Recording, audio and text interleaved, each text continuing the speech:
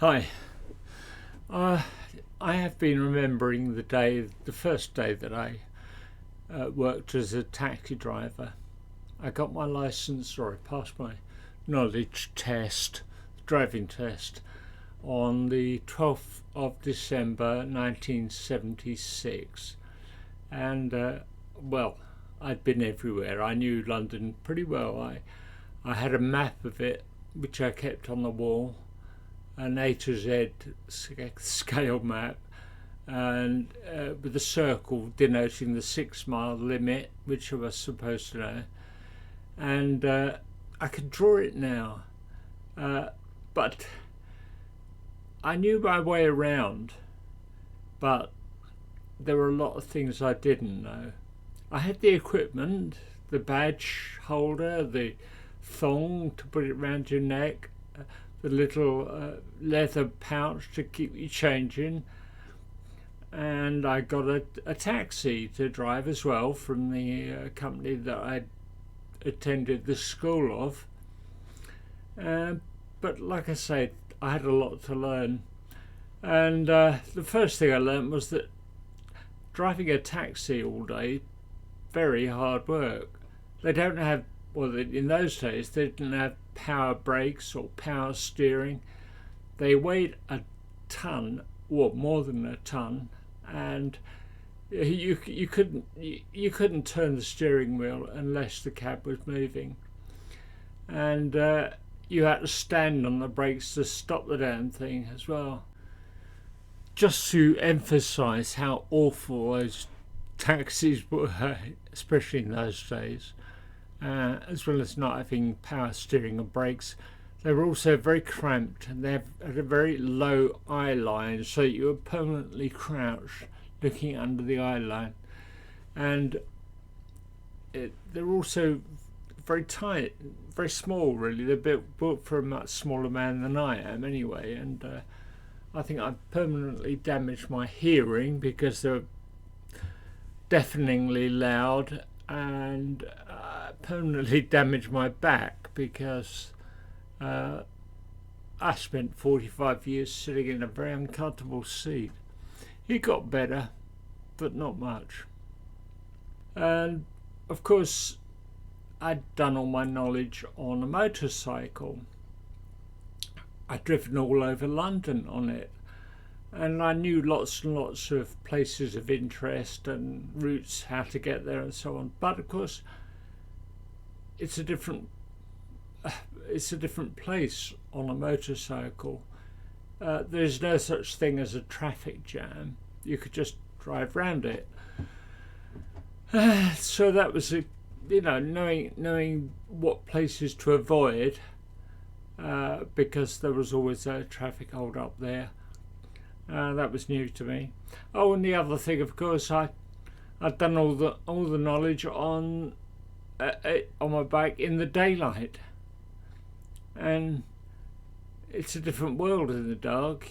It all looks different. I didn't know where I was, and I got a bit lost. But anyway, I muddled through. The first day, of course, the first job you're supposed to do free. It's a tradition, do it for free. And anyway, you're kind of like so preoccupied with driving and getting there and so on that you've forgotten about the money. So you do the first job for free anyway. But that soon wears off.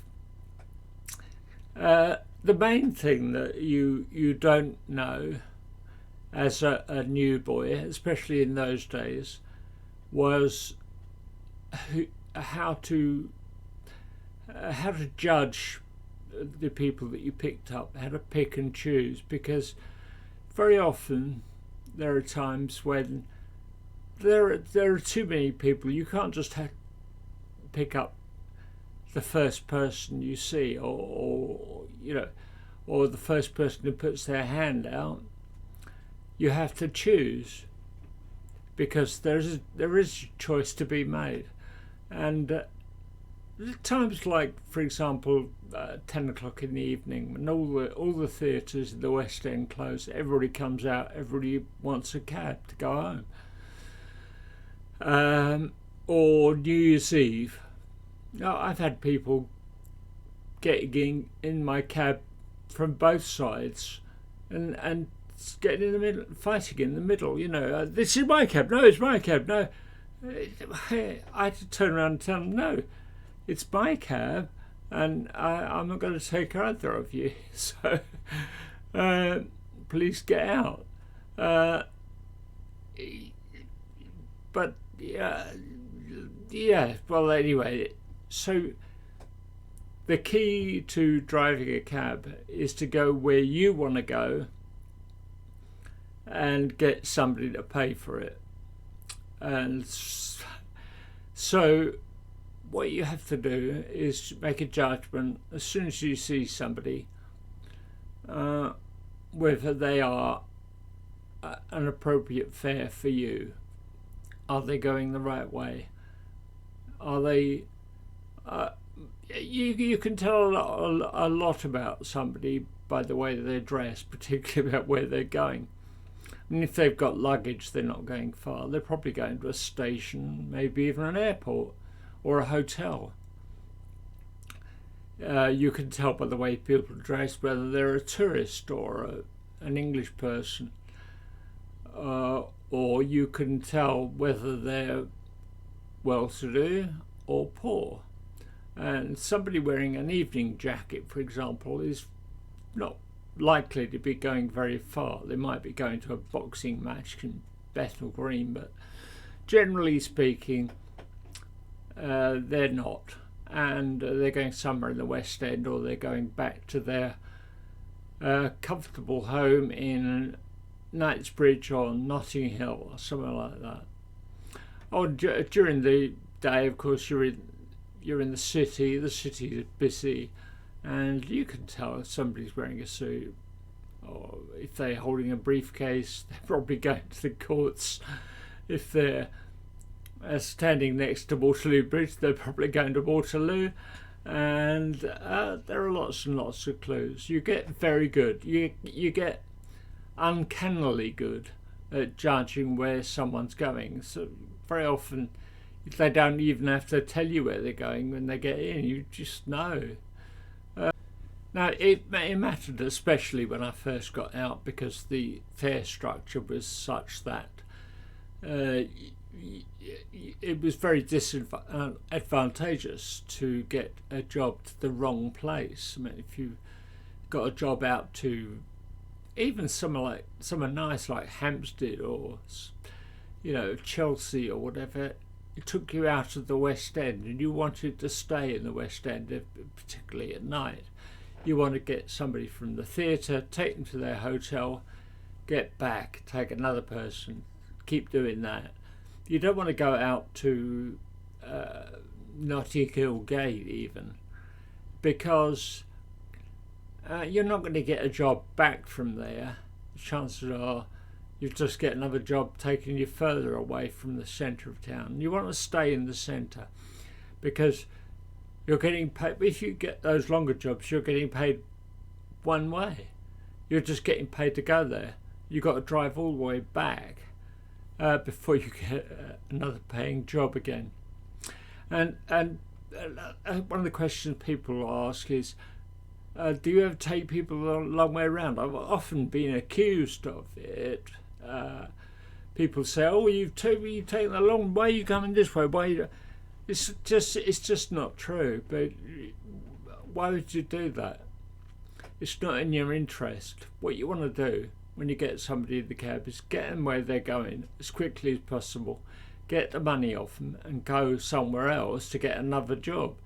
You don't want to dangle it out and prolong it. I mean, like I say, especially in those days, like a 5-mile journey was considerably less advantageous than a 1-mile or a 2-mile journey.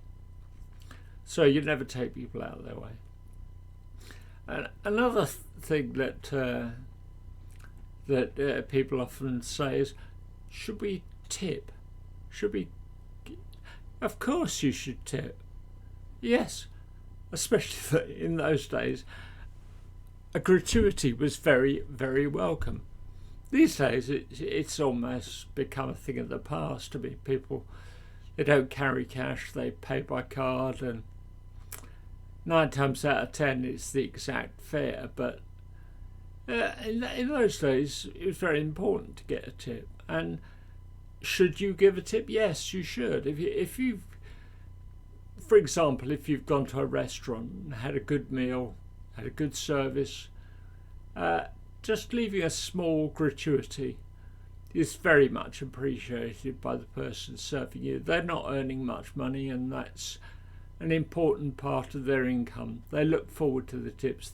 That's what makes the job they're doing worthwhile. And not quite the same with taxi drivers, but on the other hand, if you've given good service to somebody, for example, they're in a hurry because they've got a train to catch, or they've got some luggage, you help them with the luggage, or you just drive, you point out things that they want you to see, like they want to see like the Houses of Parliament, or the Tower of London, or something like that. You're given a good service, and it's nice to receive a little reward. It's just by way of a thank you. I understand people, not everyone can afford to do that, but if they can't afford to do that, they shouldn't be travelling by cab, frankly. But it's not all about the money. It's mostly about the money, of course, but it's not all about the money. Every now and again, you should do a little good turn. You should do something. That applies to anybody, really. You should do something out of the kindness of your heart. Do something for nothing that you get no benefit from. And it rewards you. It's like it rewards you, and it rewards the person you're doing it for, because it makes you feel that you're contributing to the goodness of the world.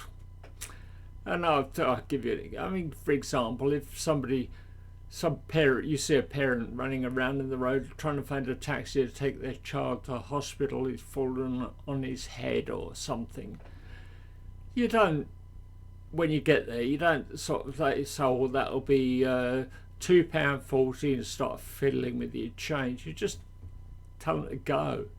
You just want them to go. It's an emergency. You are not, your £2 is nothing. Their child is all important. And another example that actually made me feel good. I picked up a young man once in Islington who'd just been released by the police. He'd spent the night in the cell. I don't think he was arrested for anything very serious. I think he probably made the mistake of trying to run away from the police, which never ends well, I have to say. And so that they arrested him and put him in a cell. And he was released the next day without a charge. But he didn't have anything on him. He'd just gone out for a breath of fresh air, I think, the night before. And he wanted me to take him round to his friends. It wasn't very far away. And he would go in and get some money and pay me.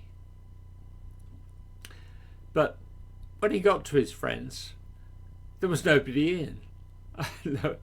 And he didn't have any money. He couldn't pay me, and he was very sorry, and he didn't know what to do, really. And anyway, I took pity on him because he was just a young man, and I thought, well, these things happen to everyone, so I gave him a few pounds, I don't know, £5 or something.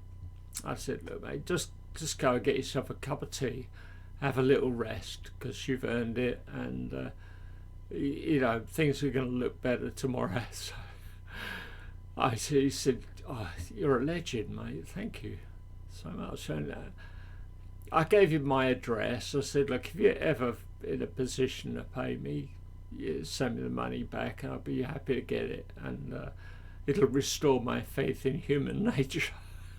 And anyway, he said, yeah, I will, thank you. And he went off, and well, I felt good that I'd done something to help somebody.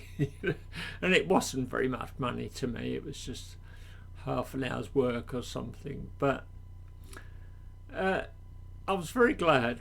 A couple of months later, or maybe more than that, a few weeks later, I got a letter from him, and he was saying how grateful he was, and how it had sort of changed his day, and set him on a different way of thinking, and he closed a check for more than the amount I gave him, actually, and it warmed my heart. So it's not all about the money, but it is mainly about the money, of course. That's all I can think of for now.